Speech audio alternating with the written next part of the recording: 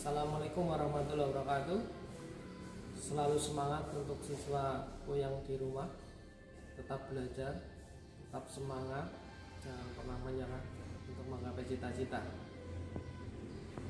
Kali ini saya akan menjelaskan bagaimana perawatan sistem pendinginan pada mobil ya. Kemarin kan sudah menjelaskan fungsi cara kerja sistem pendinginan, dan kali ini saya akan menjelaskan bagaimana cara merawat sistem pendinginan. Nah, kali ini kita bagaimana merawat sistem pendinginan pada mobil Xenia ya, mobil Xenia. Mari saya jelaskan bagaimana langkah-langkahnya. Pertama, yang kalian perlu harus mengecek yaitu kondisi air ya, air pada radiator. Nah, kondisi warnanya ya, warnanya airnya kotor atau belum ya. Nah, ketika kapan ini waktu penggantian air radiator? Penggantian air radiator itu kalau air biasa 20.000 km, tapi ketika menggunakan air coolant itu sekitar 40.000 km. Nah, kita cek warnanya. Kalau ini kebetulan masih menggunakan air biasa ya, bukan air coolant, jadi 20.000 harus ganti. Nah, gantinya bagaimana cara menggantinya? Di sini di bawah, di bagian bawah ini ada apa namanya, keran untuk membuka ya.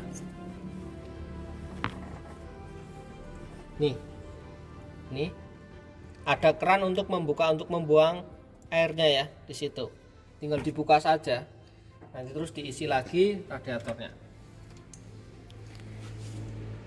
Pertama kita cek jangan sampai di radiator ini kekurangan cairan ya. Nah, kalian bisa menambahkan pada reservoir di sini. Ada reservoirnya di situ. Di situ ada keterangan low sama full. Nah, kalian menambahkan di titik sini ya, sekitar sini. Nah, kalian nambahkan di sini. Nah, yang perlu dicek selain airnya, di sini kalian perlu mengecek tutup radiator ya. Di sini tutup radiator ada keterangannya untuk mobil ini 88 kPa ya. Nah, ini 88 kPa. Gitu. Nah, ini keterangannya 88 kPa. Nah, fungsinya tutup kemarin sudah dijelaskan ya. Nah, jadi kalian perlu mengecek. Nah, ini ke vakum, dilihat secara visual juga bisa ya. Di sini ketika sudah karatan, terus karet-karetnya ini sudah korosi atau sudah lapuk ya, itu perlu diganti. Nah, kita juga punya alatnya untuk mengecek tutup radiator. Nah, terus kita juga punya alatnya untuk mengecek kebocoran radiator. Mari kita uji coba. Tutup radiator tadi ada keterangannya ya. Kalau ini untuk tekanan bukanya 0,9, berarti tekanan bukaan berarti ini tekanan buka. Ini 0,9. Ketika 0,9 dia membuka. Nah, kita ukurnya menggunakan alat ukur ini ya. Nah, ini nanti ketika di 0,9 dia akan buka bocor, ces gitu kan. Tapi dia nanti tidak turun ya, tekanan ini tidak turun dari limitnya di buku 0,6 ya. Nah, ini ada standarnya. Kita pasangkan aja tutupnya di sini. Terus kita pompa ya, pompa. Nah, ketika awal buka, nah itu membocorkan, dengar kan? Tuh. Tadi awal buka bocorkan 0,9, tapi dia tidak turun. Nah, ini bertahan, berarti kondisi tutup radiator itu bagus ya. Kondisi tutupnya ini bagus. Cara menggunakan alatnya ini seperti ini. Oke. Radiator kapasitas. Terus kita uji coba kebocoran radiator ya, menggunakan alat ini. Ini alatnya. Bagaimana cara menggunakan alat ini? Nah, tinggal dipompa saja. dipompa. Nah, nanti pada masing-masing radiator ada spesifikasinya ya, dipompa untuk, terus ketika mau bocorkan ini tinggal dipencet aja, ketika mau melepas ini dipencet baru kali ngelepas. Ini ya. Disesuaikan Bu. Kita sesuaikan tutupnya ya, ini ada 2 tutup ya, kita coba dulu.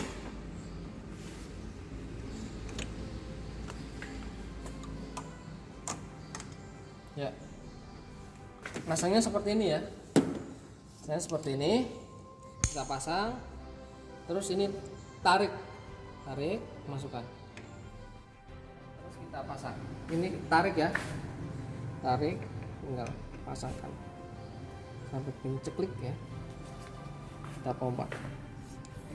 Sama ya. Nah ini ketika jarumnya 0,9. ini tidak turun, berarti tidak ada kebocoran pada sistem pendinginan ya. Nah ketika jarumnya kok turun, misalnya turun seperti ini kayak saya gemboskan, nah turun, ketika dipompa kok turun, berarti dia ada kebocoran. Nah ketika melepas tinggal dipencet, tarik ke atas, nah, lepas. Gitu ya caranya ya, nggak turun kan.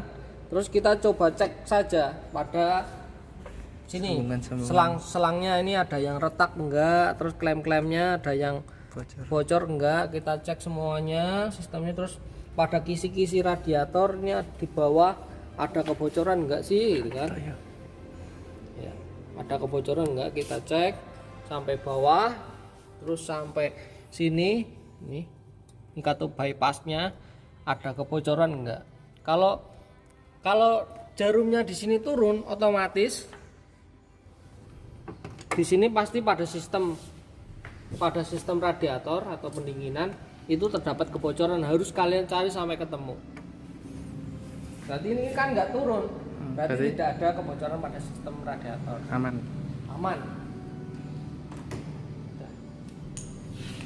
Kurang lebihnya seperti itu caranya. Pasang lagi Pak.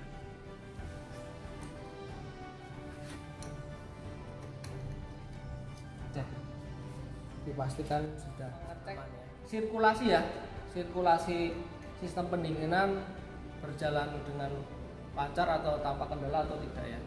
Kita uji coba ya, nanti mobilnya saya hidupkan. Ketika di sini kok terjadi letupan atau nembak ke atas, berarti ada kebocoran ya. Nah, kita coba.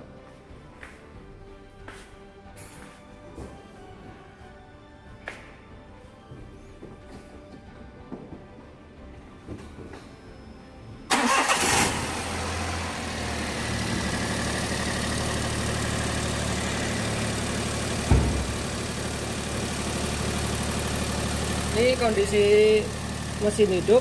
Nah ini sirkulasinya lancar ya, jadi dia tidak meluap ke atas ya, lancar seperti itu ya. Nah, matikan.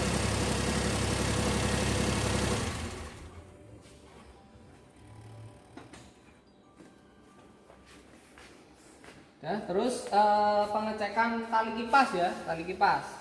Ini perlu ada pengecekan, mungkin cara visual dia retak atau tidak ya, retak atau tidak. Terus kekencangannya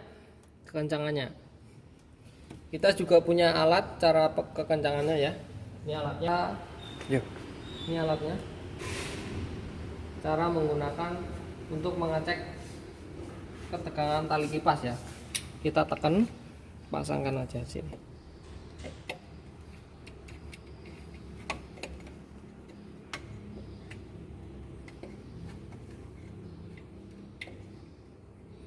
Ya nyantol.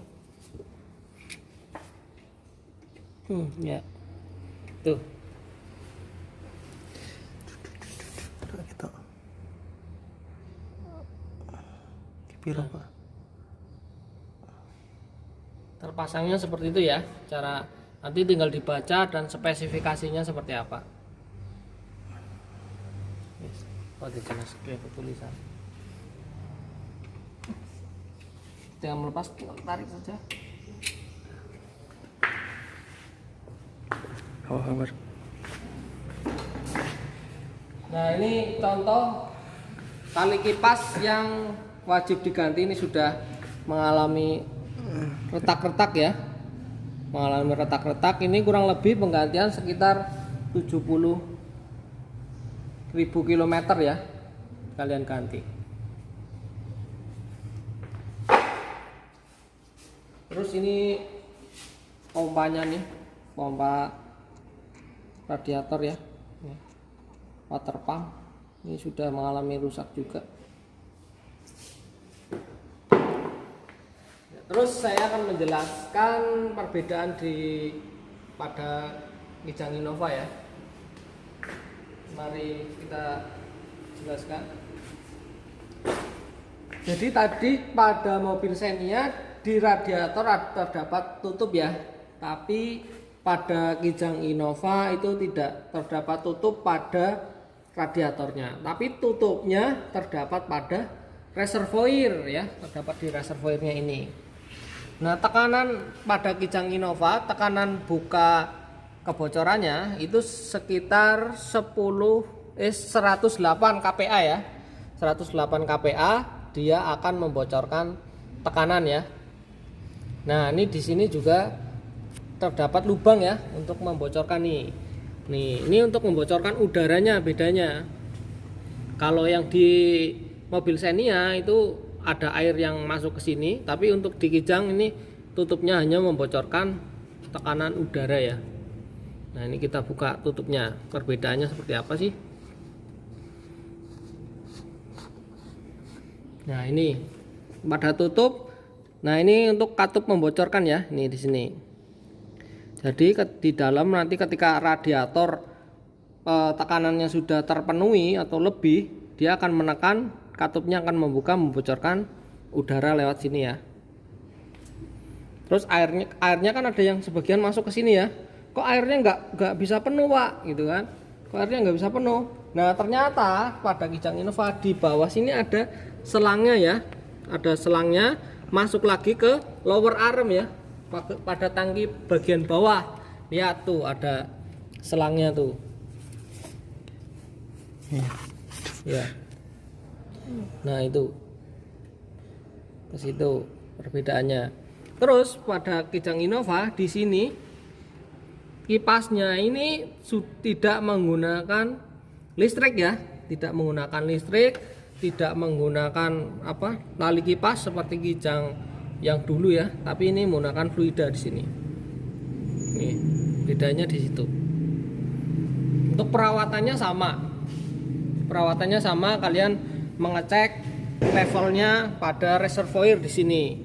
Ini ada keterangan low sama full ya, di sini sama. Perbedaan.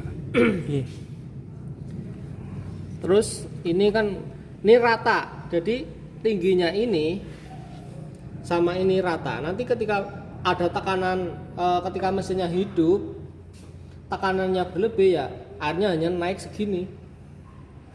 Kalau airnya kok sampai keluar terus, berarti ada masalah pada sistem pendinginan. Kurang lebihnya seperti itu ya. Jika nanti kalian masih bingung, ada pertanyaan atau yang masih diragukan, nanti kalian bisa tanyakan di kolom komentar ataupun japri WA saya ya. Sekian dari saya. Assalamualaikum warahmatullahi wabarakatuh. Tetap semangat.